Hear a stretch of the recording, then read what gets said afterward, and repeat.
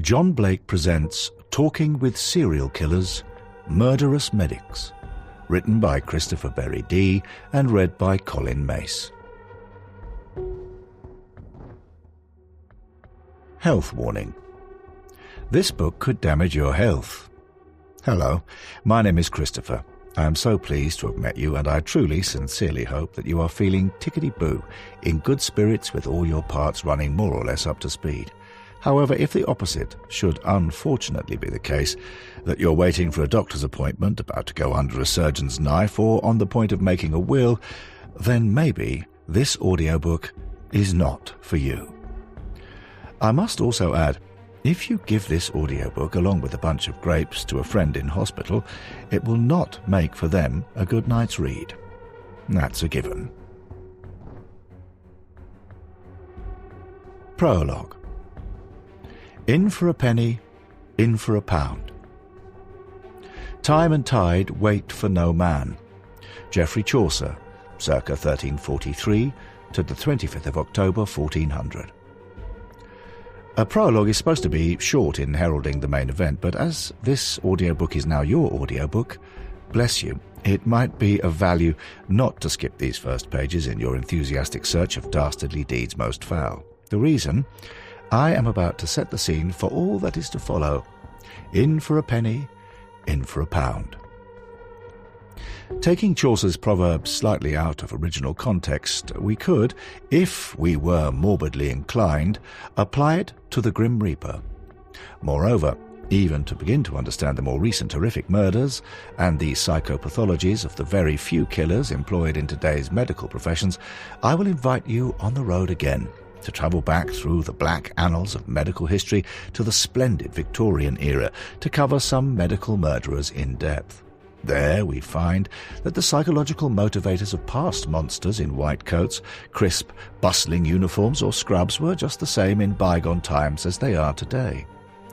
Following this, we will bring ourselves more or less up to date and into the minds of the first people we most often see when we open our eyes, too frequently the last when our peepers close forever.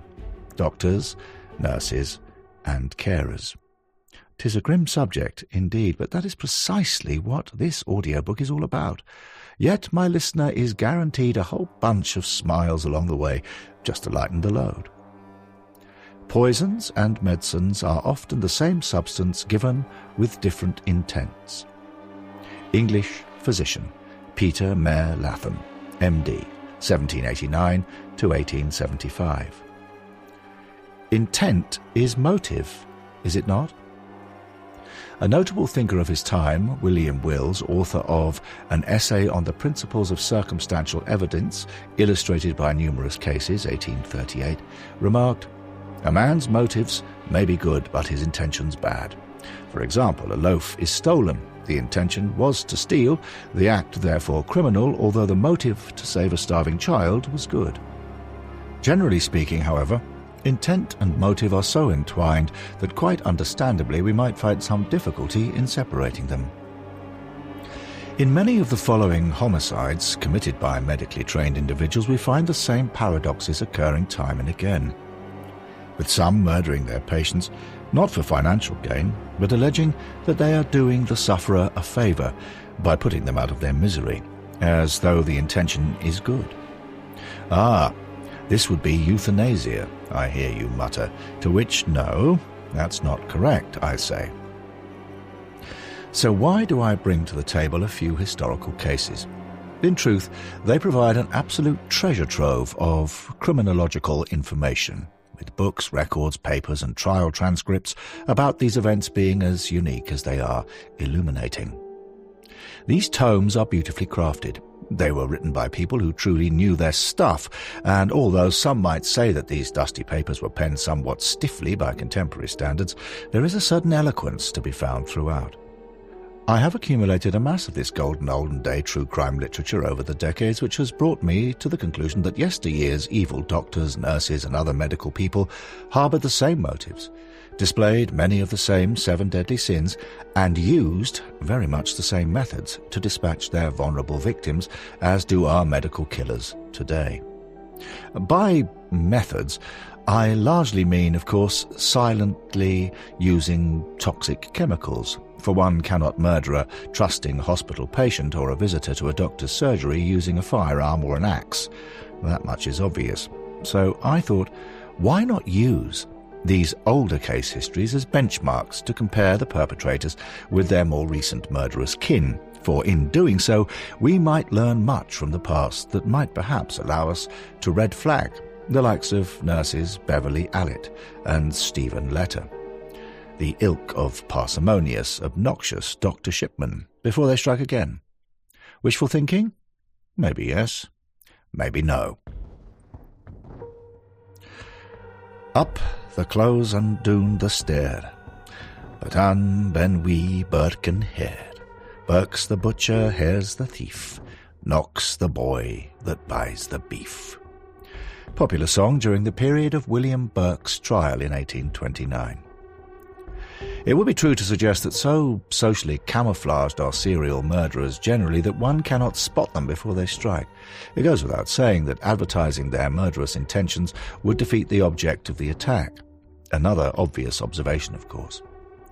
Yet, the killers in this audiobook are flawlessly presentable, striking, not in some damp, dingy alley at night, such as predators Ted Bundy or Peter Sutcliffe. Oh, no. All but one of the medical monsters included within these pages sat by their patients' bedsides, offering comfort and reassurance, while hiding a dark, hidden agenda: to kill by plying their victims with lethal doses of strychnine or injections of morphia or a pillow pressed down hard, or pinching the nose, forcing the mouth shut while kneeling on the patient's chest, the technique known as burking. This was the favoured method of murdering used by William Burke and William Hare, who in 1828 sold corpses to Dr. Robert Knox for dissection at his anatomy lectures in Edinburgh.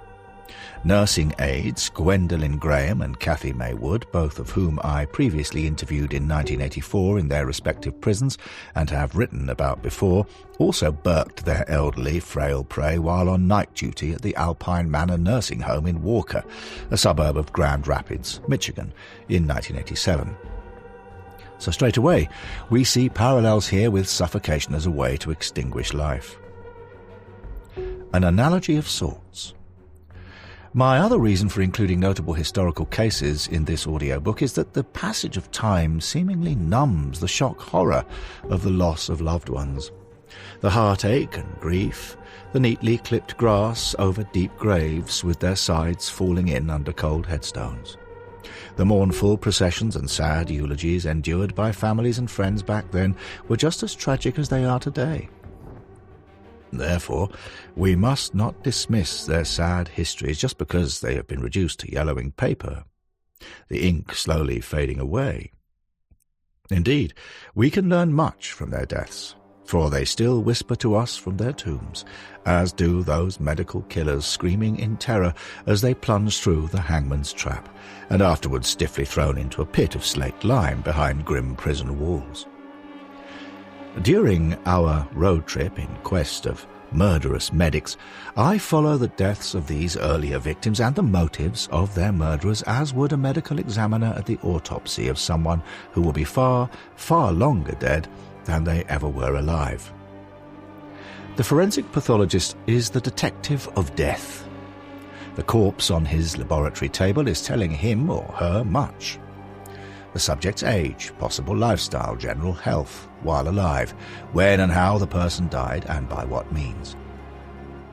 As Michael M. Baden, MD, Chief Forensic Pathologist, New York State Police, and former Chief Medical Examiner, New York City, rather eloquently put it, the deceased is communicating with me and I am a good watcher and listener. Therefore, I think that we should dissect these historic cases in much the same forensic light, and although any individual's behaviour varies with mood and circumstance, if we take good and bad human behaviour collectively, we find common themes and schemes throughout. That is our species' nature, which remains pretty much constant, as have the motives to commit crime throughout the generations. An eye for an eye, tooth for a tooth. Woe to the wicked Disaster is upon them. They will be paid back for what their hands have done. Isaiah 3:11. I'm no Bible thumper by any length of chalk. I have never met Mr. Isaiah, who lived at Apt 3:11, yet he does have a point, don't you think?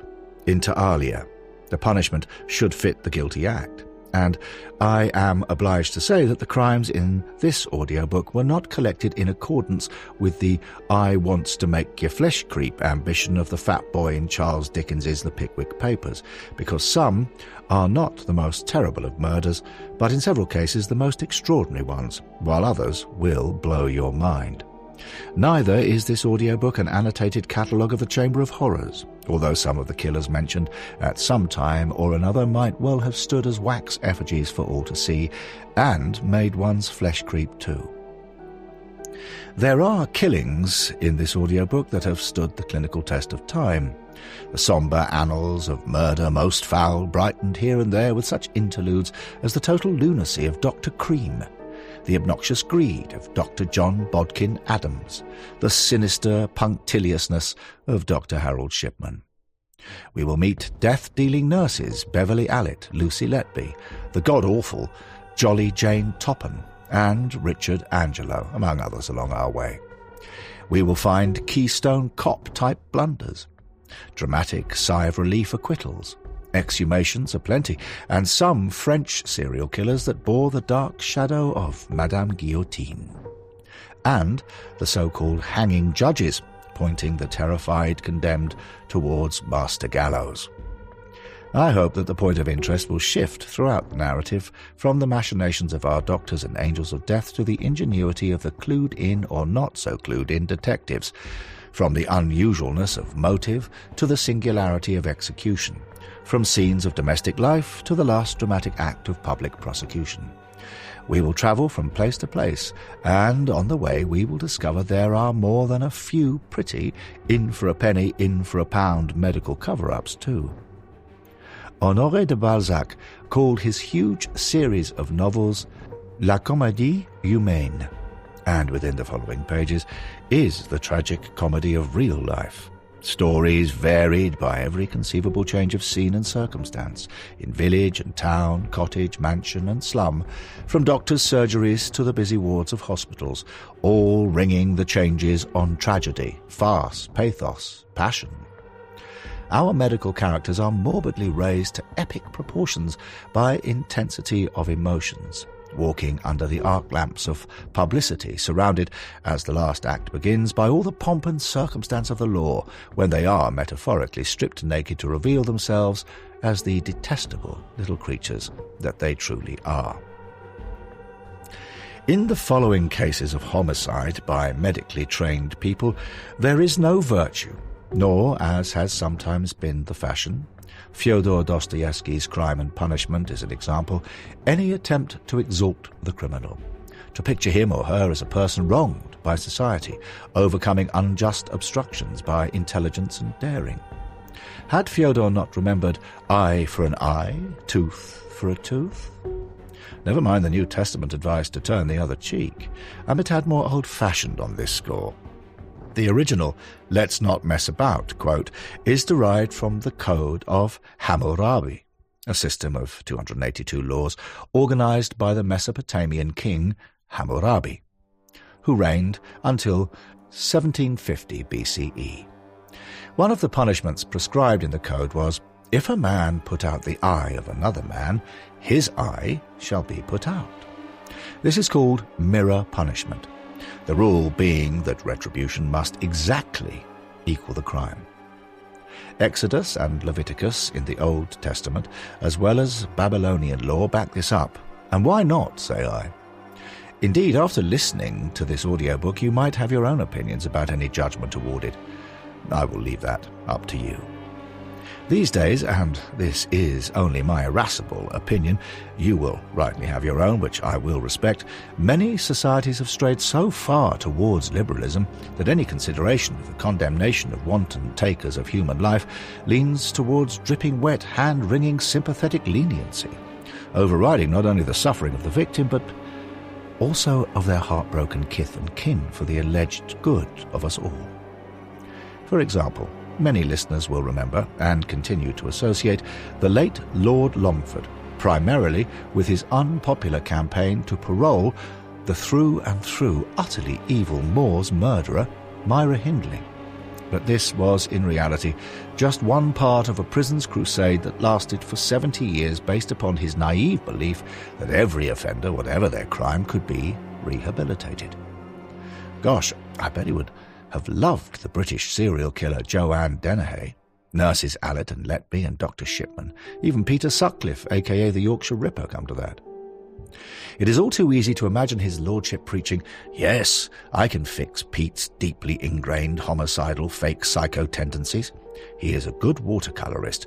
We just need to direct his attention away from bludgeoning and stabbing women to death and give him a half-decent box of paints." There is none of that upside-down, extreme liberal malarkey in this audiobook because a review of the medical rogues gallery that follows creates an entirely different impression. Studies of all evil criminals reveal masks beneath which lie depravity, vanity, secretiveness, meanness, snobbishness, mercilessness, arrogance. Yet in this audiobook I have added many other egocentric people given to donning white coats, stethoscopes around their necks, black bags at hand, nurses bustling around with love in their eyes, murder in their hearts. Soft justice, pink cells and pets, cushy jails she could serve time in. Daily Mail, Tuesday the 22nd of August 2023, on Nurse Letby.